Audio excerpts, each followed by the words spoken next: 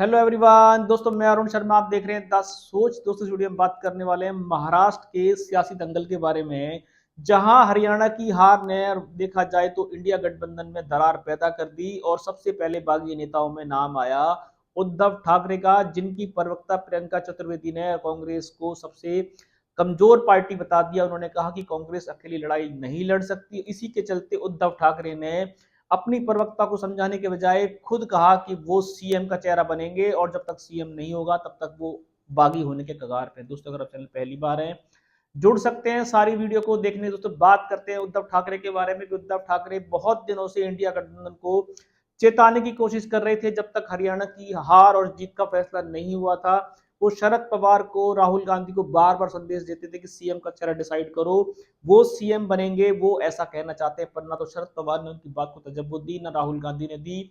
इसी बीचों बीच देखा जाए तो हरियाणा की हार से उद्धव ठाकरे बागी होते नजर आ रहे हैं। जहां हरियाणा में अगर वो ये कहते हैं कि राहुल गांधी अकेले कांग्रेस की तरफ से मोदी जे फैक्टर से लड़ाई नहीं कर सकते, तो क्या उद्धव ठाकरे का चेहरा मोदी फैक्टर से बड़ा है? महाराष्ट्र की सियासत में क्या उद्धव ठाकरे अकेले लड़कर सीएम के ख्वाब देख सकते हैं, जिस तरीके से वो बागी होने के कगार पे हैं?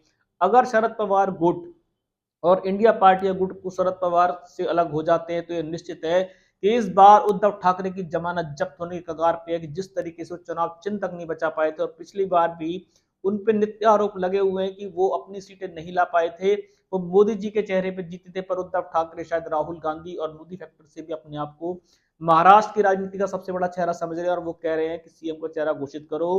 कांग्रेस पार्टी के बस की कुछ नहीं है और कांग्रेस पार्टी का सीएम नहीं बनेगा। सीएम बनेगा तो उद्धव ठाकरे की सेना से बनेगा और या तो खुद बनेंगे या अपने लड़के को बनाएंगे। पर इस पे अब तक शरद पवार जैसे दिग्गज नेता ने कोई विश्लेषण नहीं किया है।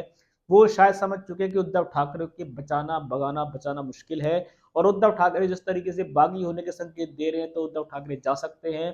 क्योंकि उद्धव ठाकरे जिस तरीके की गलती करने के कगार पे हैं, वो शिंदे सरकार से अकेले फाइट लड़ जाएं और सीएम बन जाएं, ऐसा दूर दूर तक नहीं होगा। शिंदे भले ही उनसे कमजोर रहे हो, पर शिंदे की आज भी उन पे ज्यादा विधायक हैं। और शिंदे ने जब उद्धव ठाकरे की सेना को तोड़ा था, तो सेना उनसे सारी सेना उद्धव ठाकरे की चली गई थी। पर आज भी उद्धव ठाकरे शिंदे सरकार को चिताते रहते हैं, पर शिंदे इतने कमजोर नहीं है कि उद्धव ठाकरे सीएम का चेहरा बन जाएं और उद्धव ठाकरे हार जाएं।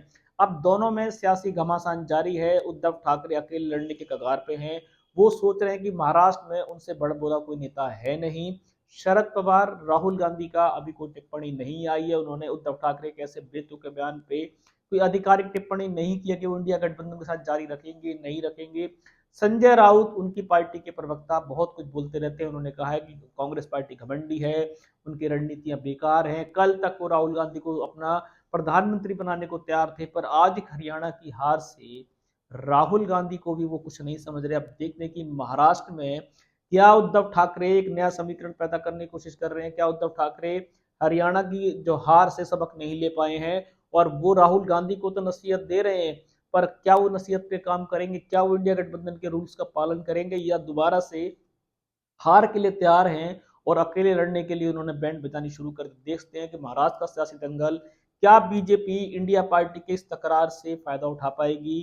क्या राहुल गांधी, शरद पवार एक साथ लड़ेंगे? और जिस तरीके से उद्धव ठाकरे अपने आप को जीत का सबसे बड़ा चेहरा समझ रहे हैं, क्या वो हरियाणा की इससे कुछ सीख ना लेकर अपने आप को हार की कगार पर लेके जाएंगे? दोस्तों, इस रुझान पे सटीक विश्लेषण लेके आएंगे कि शरद पवार जैसे नेता की ना मानना और राहुल गांधी पे सवाल खड़े करना, इंडिया पार्टी को कमजोर बताना और अपने आप को महाराष्ट्र का सबसे बड़ा चेहरा बताना, शायद शरद पवार ने बहुत समझाया, पर उद्धव ठाकरे इस बात को समझने को तैयार नहीं है। अब देखते हैं कि नवंबर जिस दिन डेट डिसाइड होगी, क्या उद्धव ठाकरे किसी और जाने के कगार पे हैं? इस रुझान पे विश्लेषण लेके आएंगे।